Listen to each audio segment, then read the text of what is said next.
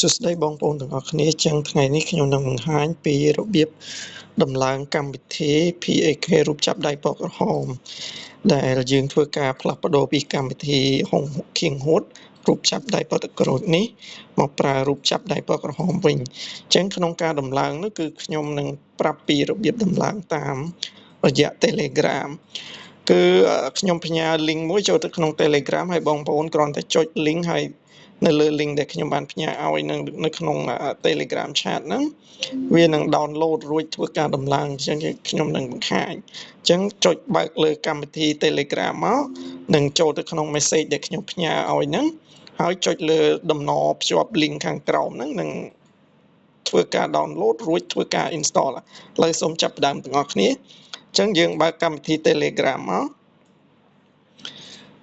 តមកទៀតយើងចូលទៅឆាត message ដែលខាងខ្ញុំបានផ្ញើឲ្យហ្នឹងឬនៅក្នុង group ឬក៏ខ្ញុំផ្ញើទៅផ្ទាល់ហ្នឹងអញ្ចឹងនេះគឺនៅក្នុងឈ្មោះនេះអញ្ចឹងបើកមកតមកយើងឃើញមានសេចក្តីណែនាំថាយើង download install ពីរូបចាប់ដៃពណ៌ទឹកក្រូចយើងទៅជា PAK រូបចាប់ដៃពណ៌ក្រហមនេះវិញអញ្ចឹងខាងក្រោមអក្សរខ្មែរគេដាក់ឲ្យដែលសូមធ្វើការទាញយកកម្មវិធី PAK CRM version 10.3 ដោយចុចលើ link ខាងក្រោមជាភាសាអង់គ្លេសនេះណាអញ្ចឹងសូមចុចទាំងអស់គ្នាមកចុចនៅលើហ្នឹងមកតបមកវានឹងចេញផ្ទាំង download មួយបន្ទាប់មកវានឹងចេញ Google Drive នេះអញ្ចឹងយើងចុចលើពាក្យ setting នេះមក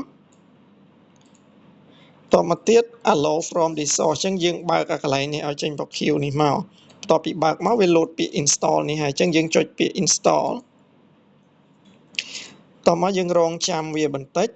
តមកវានឹងចេញផ្ទាំងនេះហើយបន្ទាប់មកយើងត្រូវចុចលើពាក្យ more detail ខាងក្រោមនេះលើរូបសញ្ញាព្រួញចុះក្រោមនេះតមកទៀតយើងចុចលើពាក្យ install anyway នេះ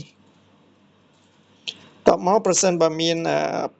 password លើ lock screen យើងវាយចូលមកបើអត់មានវាអត់សួរទេចានេះខ្ញុំ lock screen អញ្ចឹងយើងចុច passcode នឹងហើយយើងចុចពាក្យសញ្ញាព្រួញខាងក្រោមទៅមុខទៅវាចាប់ដើម install បន្ទាប់ពីដំឡើងបានជោគជ័យវានឹងចុចពី open ឲ្យយើងធ្វើការ log in ណាអញ្ចឹងបន្ទាប់ពី log ចេញមកយើងចុចលើផ្ទាំង OK នេះពីរដងបន្ទាប់មកយើងចេញផ្ទាំង log in ណាអញ្ចឹងផ្ទាំង log in ខាងខ្ញុំនឹងឲ្យលេខទូរស័ព្ទប្រអប់ទី1លេខទូរស័ព្ទហើយប្រអប់ទី2គឺលេខសម្ងាត់របស់បងប្អូនមួយបន្ទាប់មកយើងចុចលើពាក្យចុះឈ្មោះចូលឬក៏ sign in នេះទៅបន្ទាប់មកពេល sign in ជោគជ័យហើយយើងត្រូវចុច update តម្លៃទំនិញមួយទៅគឺយើងអាចប្រើប្រាស់បានហើយសូមអរគុណ